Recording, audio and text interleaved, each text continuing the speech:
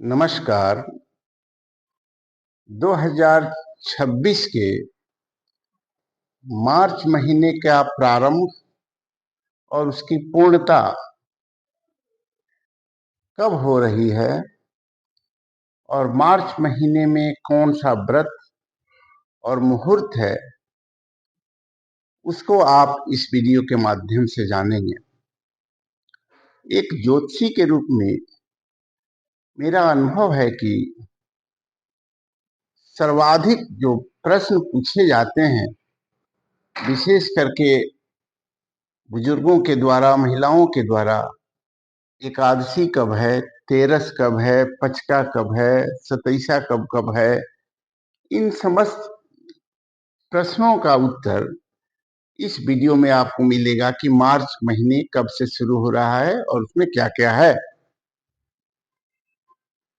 इस वर्ष मार्च जो है वो 1 मार्च फाल्गुन शुक्ल तेरस को है। 1 मार्च जो है फाल्गुन शुक्ल तेरस से प्रारंभ हो रहा है और ये 31 मार्च चैत्र शुक्ल तेरस तक मार्च महीना है। यानी फाल्गुन का 2-3 दिन और चैत्र का मैक्सिमम 27-28 दिन। फिर तो ये 2 तेरस हो गया और तीसरा तेरस 17 मार्च को है, जो चैत्र कृष्ण पक्ष में वो तेरस है। अर्थात इस मार्च महीने में 3 तेरस है। कब कब है? 1 मार्च, 17 मार्च और 31 मार्च को, एक फाल्गुन में और 2 चैत्र में। तो इस वर्ष जो मार्च महीने में 3 तेरस मिलने से है कि शिव की आराधना करने का ज्यादा दिन मिला। नॉर्मली 2 दिन मिलता है, इस महीने में 3 दिन मिला। फिर आप देखेंगे कि 4 मार्च को होली है। पूर्णिमा जो है वो 3 को है, 4 मार्च को होली हो जाएगी। 14 मार्च को पुनः खरमास आरंभ होगा, क्योंकि मीन की संक्रांति होगी तो 1 महीने के लिए खरमास होगा। इस खरमास में शादी विवाह नहीं होता, गृह निर्माण नहीं किया जाता, घर का कोई भी काम नहीं किया जाता। बस एक ही काम होता है, वो उपनयन संस्कार। उपनयन संस्कार इस महीने में किया जा सकता है। इसके अतिरिक्त जो द्विरागमन या जो गृह प्रवेश आदि है, वो इस खरमास में नहीं किया जाता है, क्योंकि 14 मार्च से लेकर के 14 अप्रैल तक रहेगा। फिर आप देखेंगे कि 15 मार्च को पाप मोचनी एकादशी व्रत है।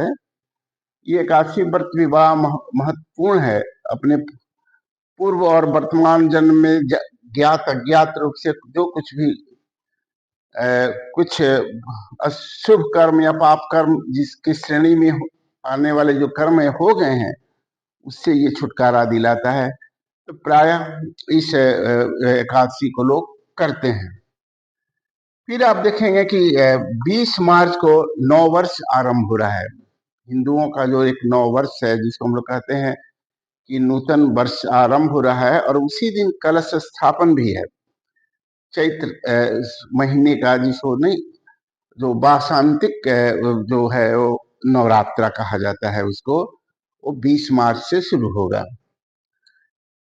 27 मार्च को रामनवमी है, क्योंकि भगवान श्री राम जी का जन्मोत्सव उसी दिन मनाया जाता है। और जो लोग व्रत किए हैं वो अपना नवमी तक, उस दिन तक व्रत करते हैं। हवन ववन का भी कार्यक्रम आजकल लोग करने लगे हैं। इस नवरात्रा का भी प्रचार प्रसार बहुत तेजी से हो रहा है। फिर आप देखेंगे कि 29 मार्च को कामदा एकादशी व्रत है, यानी कामनाओं की पूर्ति करने वाली एकादशी व्रत जो है 29 मार्च को है। जो परिवार के श्रेष्ठ लोग हैं, वो लोग इस एकादशी को करते हैं कि उनके परिवार के सदस्यों की जो है वो कामनाएं जो है वो पूरी हों। फिर पचका जो पूछा जाता है कब से है, तो ये 16, 17, 18, 19 और 20 मार्च को है। ये तिथि जो है वो पंचक नक्षत्र है उस दिन, तो इसलिए पचका की संज्ञा में है। सतैसा वाला जो नक्षत्र आजकल जो सिजेरियन बच्चों का जन्म होता है तो लोग पूछते रहते हैं कि थोड़ा बताइए कि कब-कब सतैसा वाला नक्षत्र है, उसको थोड़ा हम बचाना चाहते हैं। 1 दिन 2 दिन आगे पीछे भले हो जाए। तो उसको भी यहाँ इंगित कर दिया गया है कि 11, 12, 20, 21 और 28, 29 और 30 को कुछ समय तक जो है वो सतैसा वाला नक्षत्र है। और विवाह मुहूर्त जो है, क्योंकि विवाह मुहूर्त जो भी है वो 14 मार्च तक ही है। 14 मार्च के बाद तो खरमास हो जाएगा।